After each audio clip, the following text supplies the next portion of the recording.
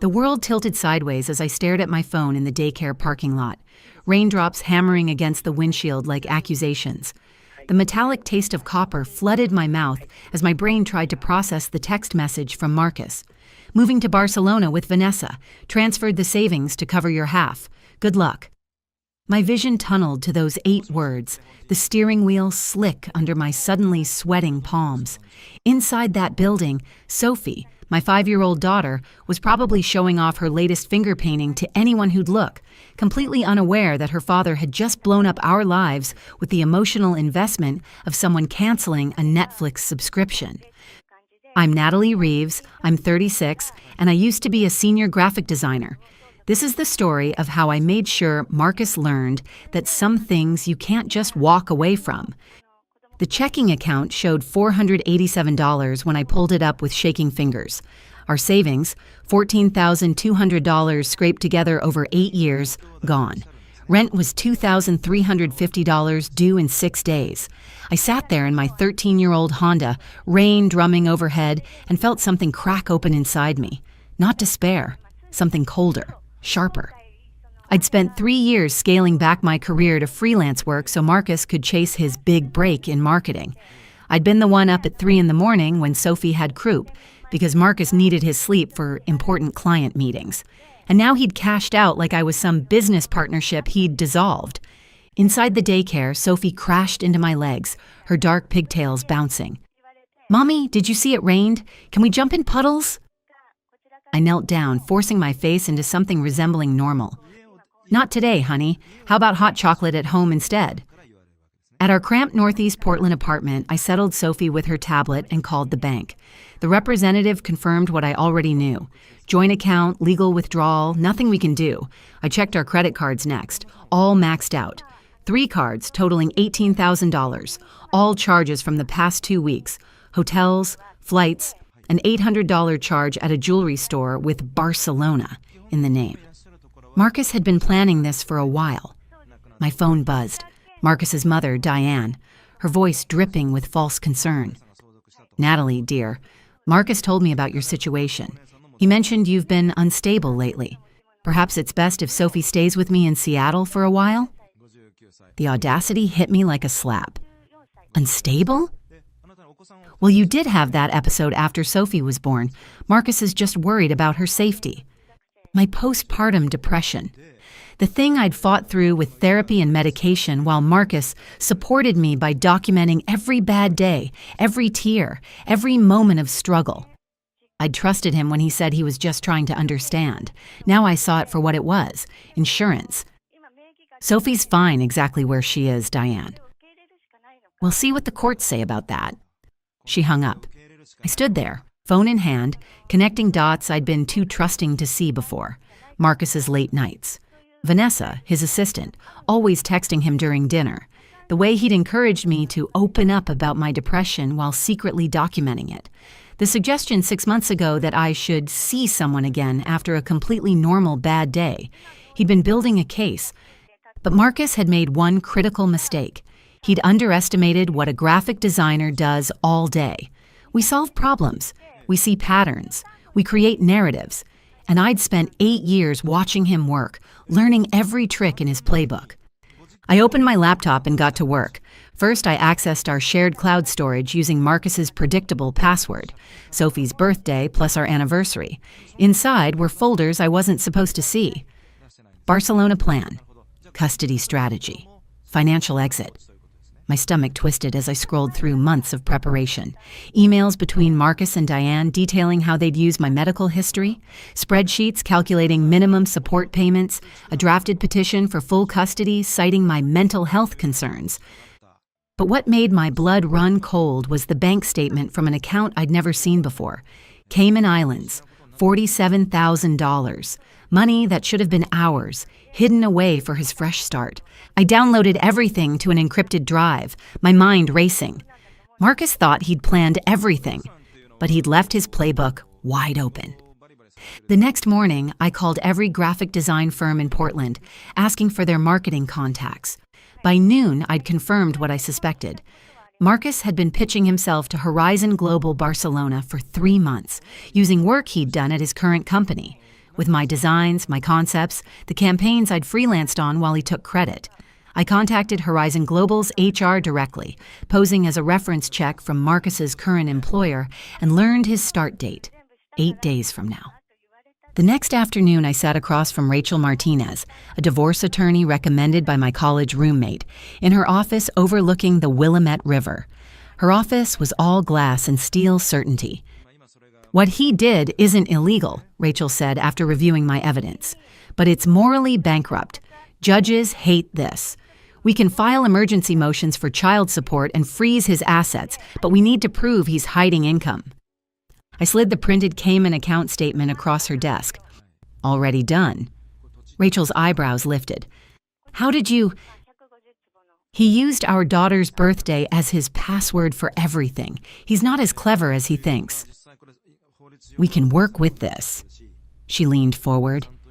"But Natalie, this is going to get ugly. Are you prepared for that?" I thought about Sophie asking where Daddy was that morning, her confused face when I'd said he was on a work trip. "Whatever it takes." "My retainer is usually $5,000, Rachel said carefully, "but I can work on contingency. I'll take my fees from the assets we recover. Based on what you've shown me, there's more than enough here." That evening, while Sophie slept, I did something I'd sworn I'd never do. I called Vanessa. I'd found her number easily enough, saved in Marcus's phone contacts in the cloud backup, listed under V Work. She answered on the third ring, her voice cautious. "Natalie? We need to talk, woman to woman." A long pause. "I don't think—" "He's hiding $47,000 from both of us, Vanessa. Did he tell you about that?" Silence. "There's a Cayman account. Money he claimed we didn't have while I was rationing groceries. Money he's planning to use to start his Barcelona life. How much of it do you think you'll see?" "That's— Marcus said you guys were broke, that you spent everything on—" "On what? Feeding our daughter? Paying rent? Meanwhile, he was taking us both for a ride." I let that sink in. "Look, I know you're not the villain here. He is. But you need to know who you're moving to Spain with." Another long silence then. "There's something else. Another account in Liechtenstein. Over $200,000. He told me it was from an inheritance, that we'd use it to buy a place in Barcelona." My heart hammered. $200,000? "I have the account information. I was helping him organize his files for the move last week and found a statement he'd printed out and left in his briefcase. When I asked him about it, he got scary. Told me to forget I'd seen it." Her voice cracked. "I thought I was building a life with someone honest. I didn't know he had a family until 2 months ago, Natalie. I swear to God." "I believe you," I said, and surprisingly, I did. Marcus had compartmentalized us both, sold us both different versions of reality. "Will you help me? Provide documentation?" "If you promise immunity, I can't afford a legal battle." "I'll talk to my lawyer. But Vanessa, get out before he does to you what he did to me." Rachel drafted an immunity agreement, and by midnight, Vanessa had sent bank statements, emails, and a sworn statement detailing Marcus's timeline. The Liechtenstein account was the crown jewel. Money Marcus had been hiding for over 2 years, probably skimmed from his salary and bonuses, while claiming we were barely making ends meet. I filed for emergency custody at 6 in the morning, beating Marcus to the courthouse. By noon, I had a hearing scheduled for the next day, and Marcus's accounts were temporarily frozen. Marcus was still in Portland. His Barcelona flight wasn't scheduled until tomorrow evening, so I knew exactly when he'd see the notifications. Within an hour, my phone started buzzing. My phone exploded with calls. I let them all go to voicemail, except one. Marcus's voice was pure venom. "I'm trying to do this amicably, and you—" "Amicably? You stole our savings, maxed our credit cards, and planned to take my daughter. What part of that is amicable?" "That money was mine." "The Cayman account? The Liechtenstein funds? You've been hiding over $250,000 while I've been cutting coupons and taking on night shifts. How's that for amicable, Marcus?" His silence was gratifying. You went through my files. You used my daughter's birthday as your password. Did you really think I wouldn't look? I kept my voice steady, each word a scalpel. See you in court tomorrow. Oh, and Marcus, your flight to Barcelona tomorrow night? You won't be on it. The judge will make sure of that. I hung up before he could respond, my hands finally steady. The following morning, I walked into the courtroom. It was smaller than I'd imagined, but Rachel commanded it like a stage. She presented the evidence methodically. The drained account, the hidden funds, the custody conspiracy documented in Marcus's own emails. When she introduced Vanessa's statement, I watched Marcus's lawyer's face drain of color. Diane sat behind Marcus, her designer suit a armor of respectability.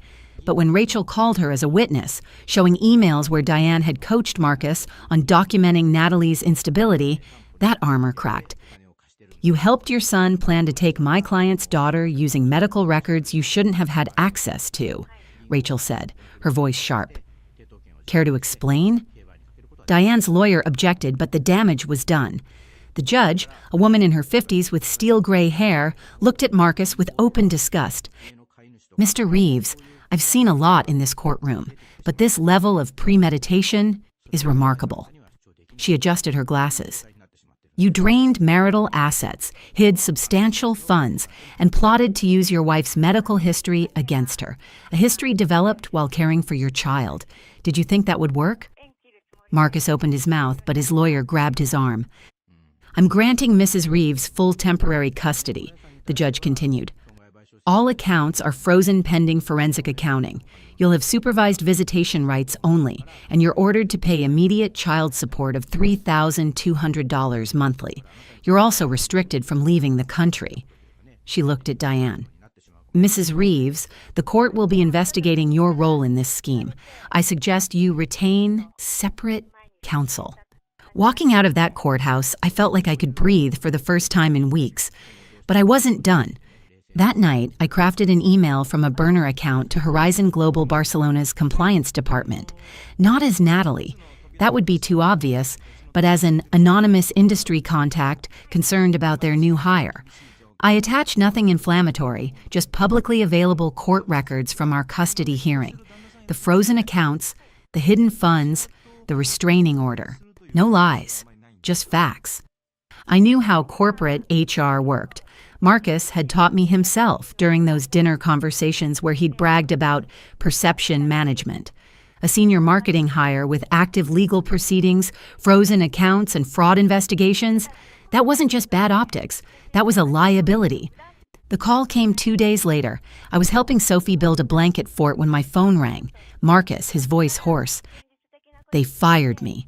Horizon rescinded the offer, said I misrepresented my legal situation during hiring. I said nothing, letting him fill the silence.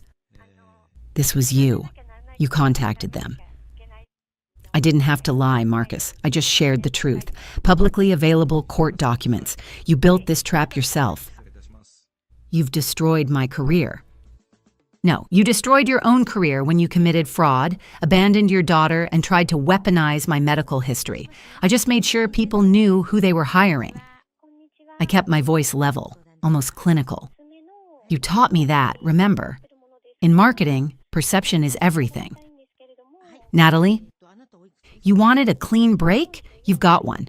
But you don't get to walk away with my daughter and the money while I pick up the pieces. That's not how this works.